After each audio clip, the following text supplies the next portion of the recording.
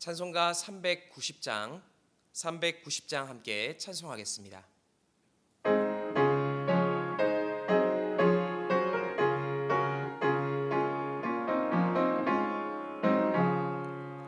예수가 거느리시니 즐겁고 평안하구나. 주야의 잔혹 깨는 것 예수가 거느리시네. 주날 항상 돌보시고 날 친히 거느리시네. 주날 항상 돌보시고 날 친히 거느리시네. 내 때로 괴로움 당하면 내 때로 기쁨 누리네. 풍파 중에 지키시고 평안히 인도하시네. 주날 항상 돌보시고 날 친히 거느리시네. 주날 항상 돌보시고 날 친히 거느리시네. 내 주의 손을 붙잡고 전국에 올라가겠네. 괴로우나 즐거우나 예수가 거느리시네. 주날 항상 돌보시고 날 친히 거느리시네. 주날 항상 돌보시고 날 친히 거느리시네. 이 세상 이별할 때에 마귀의 권세에 이기네. 전국에 가는 그 길도 예수가 거느리시네. 주날 항상 돌보시고 날 친히 거느리시네. 주날 항상 돌보시고 날 친히 거느리시네.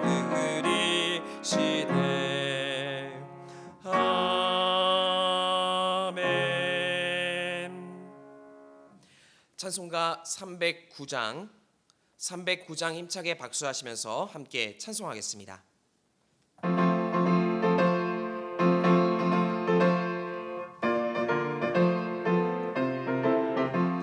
목마른 내 영혼 주가 이미 허락한 그 귀한 영생수 주여 갈망합니다.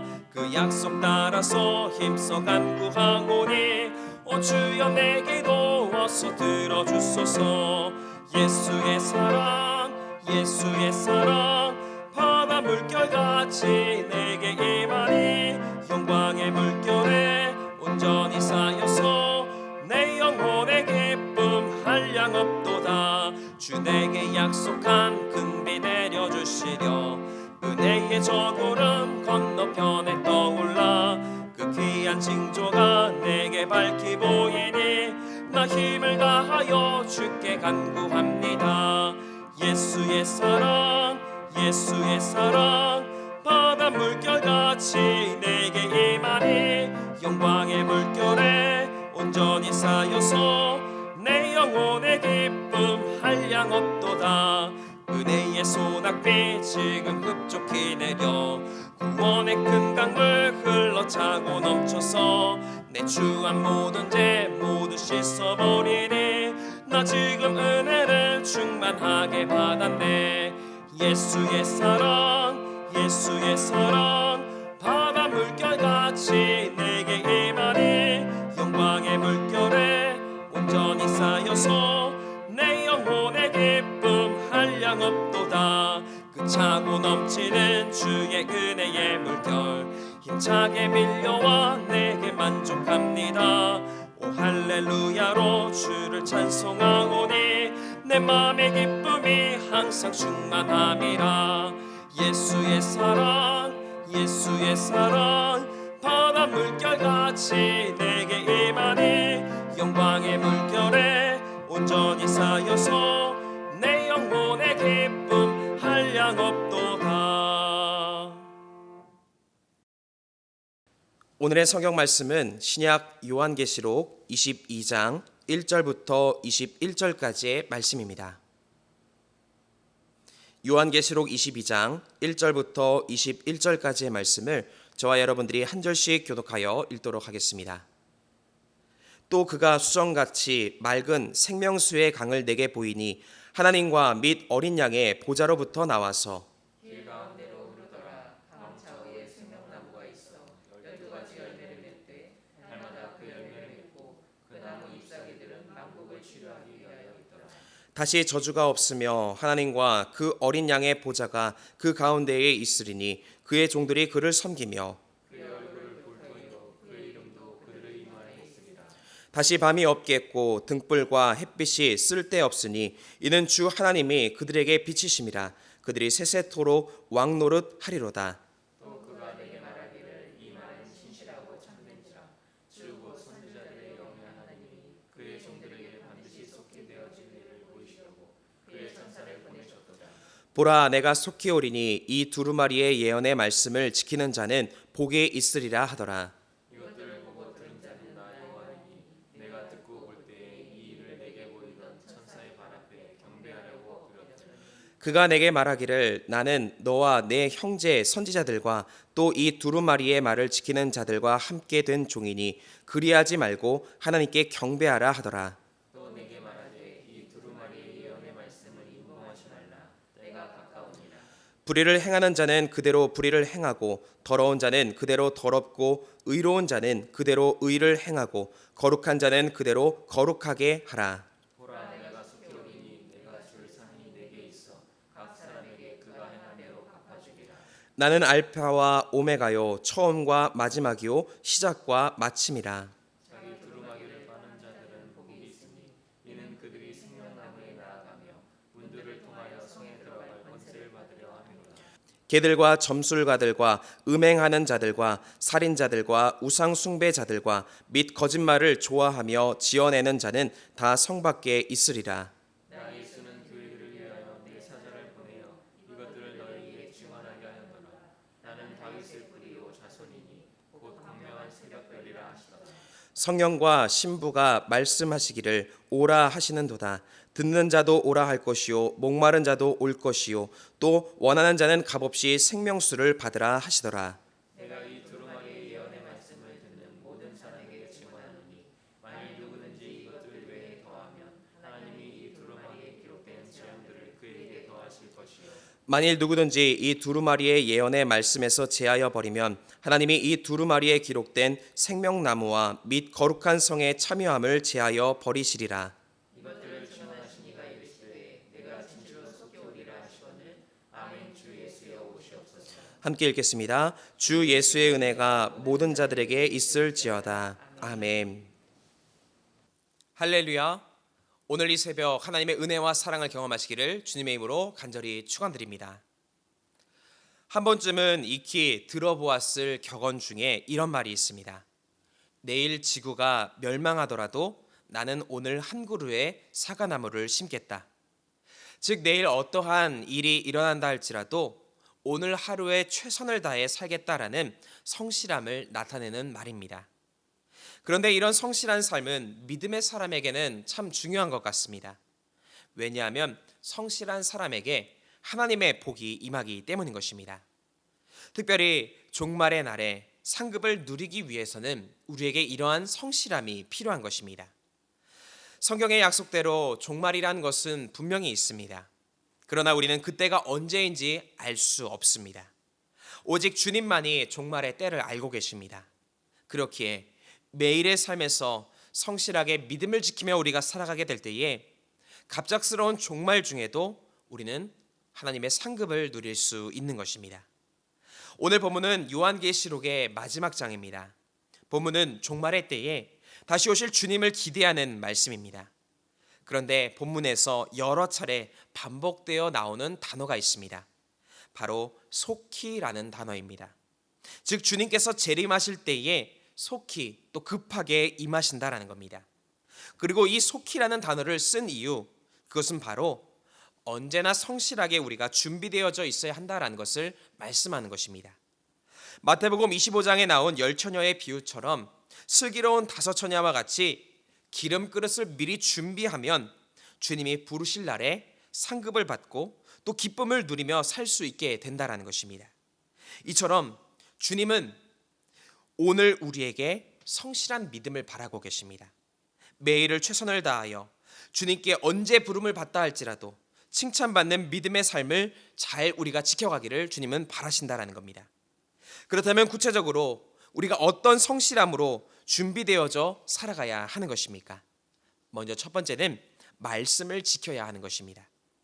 오늘 본문이 기록될 당시 시대적인 환경은 매우 혼란스러웠습니다. 특별히 믿음을 지키며 산다는 것은 더더욱 힘이 들었습니다.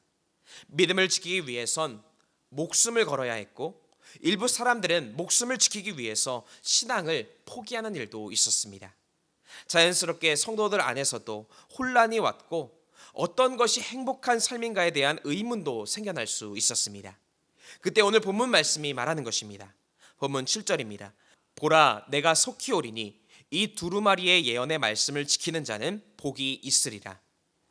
즉 주님의 말씀을 기준으로 삼고 그 말씀을 지키며 살아가는 삶에 복이 임한다라는 것입니다. 무엇이 진짜 복인지 흔들리고 있을 상황에 하나님의 말씀은 흔들림을 잡아주고 다시 의의 길, 복된 길로 우리를 이끌어 준다라는 것입니다. 이처럼 하나님의 말씀은 흔들리는 우리의 삶을 견고하게 지켜가는 능력이 있습니다. 다시 말하면 아무리 세상이 끝난 것 같고 혼란스러운 상황이 찾아온다 할지라도 우리는 말씀을 붙잡고 지키며 살아가게 된다면 흔들림 없이 주님 앞에 성실한 믿음의 모습으로 살아갈 수 있다는 것입니다. 구약 성경의 다윗은 늘 하나님의 말씀을 소중히 여기며 살아갔습니다. 시편 119편 105절 말씀에 다윗은 이렇게 고백합니다. 주의 말씀은 내 발의 등이요 내 길의 빛이니이다. 하나님의 말씀을 등불 삼아서 삶을 살아갔던 것입니다. 다윗은 특별히 위기의 때에 더 하나님의 말씀을 의지했습니다. 시편 119편 109절에 다윗은 또 고백합니다. 나의 생명이 항상 위기에 있사오나 나는 주의 법을 잊지 아니하나이다. 고난의 현장에서 말씀을 떠올릴 때 그 말씀은 다윗에게 힘이 되었던 것입니다. 뿐만 아니라 하나님의 말씀을 따라 살 때 하나님 앞에서도 성실한 사람으로 살아갈 수 있었던 것입니다. 최근 우리의 귀에는 혼란과 위기에 대한 소식이 넘쳐나고 있습니다. 그러나 이러한 혼란의 때에도 멈추지 않는 은혜의 소리가 있습니다. 바로 그것은 하나님의 말씀입니다. 주님의 말씀 변하지 않고 우리의 앞길을 예비합니다. 또 주님의 말씀은 힘이 되고 기쁨이 되며 위로가 되고 우리의 소망이 되는 것입니다. 즉 말씀을 지켜 살아가게 될 때에 혼란 중에도 하나님의 앞에서 성실한 믿음의 삶을 잘 유지할 수 있는 것입니다. 오늘 우리에게 주어진 상황이 혼란스럽다면 더 하나님의 말씀을 가까이 하시기를 바랍니다. 그곳에 길이 있고 생명이 있고 복이 있습니다. 바라기는 주의 말씀을 통하여 흔들림 없는 성실하고 견고한 믿음을 소유하시고 하늘의 복을 경험하는 은혜를 누리시기를 주의 이름으로 간절히 축원드립니다. 두 번째로 정결함을 지켜가야 하는 것입니다. 종종 갑작스럽게 집에 손님이 찾아온다고 할 때가 있습니다.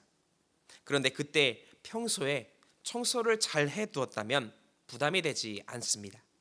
하지만 청소가 잘 되지 않았다면 부담이 되기도 하고 심지어 약속을 미루기까지도 합니다. 마찬가지로 만약 주님께서 갑작스럽게 내 삶에 찾아오신다면 여러분은 어떠하시겠습니까? 평소에 정결한 모습으로 살아갔다면 부담이 아니라 주님을 환영하겠지만 그렇지 않다면 주님께서 상급을 들고 찾아오셔도 부담스럽고 주저하는 모습을 보일 수도 있을 것입니다. 그렇게 우리는 정결함을 잘 지켜가야 하는 것입니다. 오늘 본문 14절은 기록합니다. 자기 두루마리를 빠는 자들은 복이 있으니 이는 그들이 생명나무에 나아가며 문들을 통하여 선에 들어갈 권세를 받으려 함이로라. 여기서 두루마기를 빤다는 것은 늘 깨끗하게 유지하고 관리하는 것을 말합니다. 다시 말하면 언제든지 주님께서 부르실 때에 응답할 수 있도록 주님의 뜻에 자신을 맞추어 준비하고 있는 상태를 말하고 있는 것입니다. 하지만 이런 정결한 삶을 방해하는 것들이 있습니다. 15절에 기록된 것처럼 점술이나 음행, 살인, 우상숭배, 거짓 등이 정결하게 살아가려 하는 우리를 유혹하는 것입니다. 그러나 이런 것들에 현혹되면 최후에 거룩한 성으로 들어가지 못하고 성 밖에 있을 수밖에 없다라는 것입니다. 의도적으로라도 죄악던 것을 멀리하고 혹 유혹에 흔들렸다면 다시 우리의 옷을 빨아야 하는 것입니다. 즉 예수 그리스도를 의지하며 주님께 우리의 죄악을 고백하는 것입니다.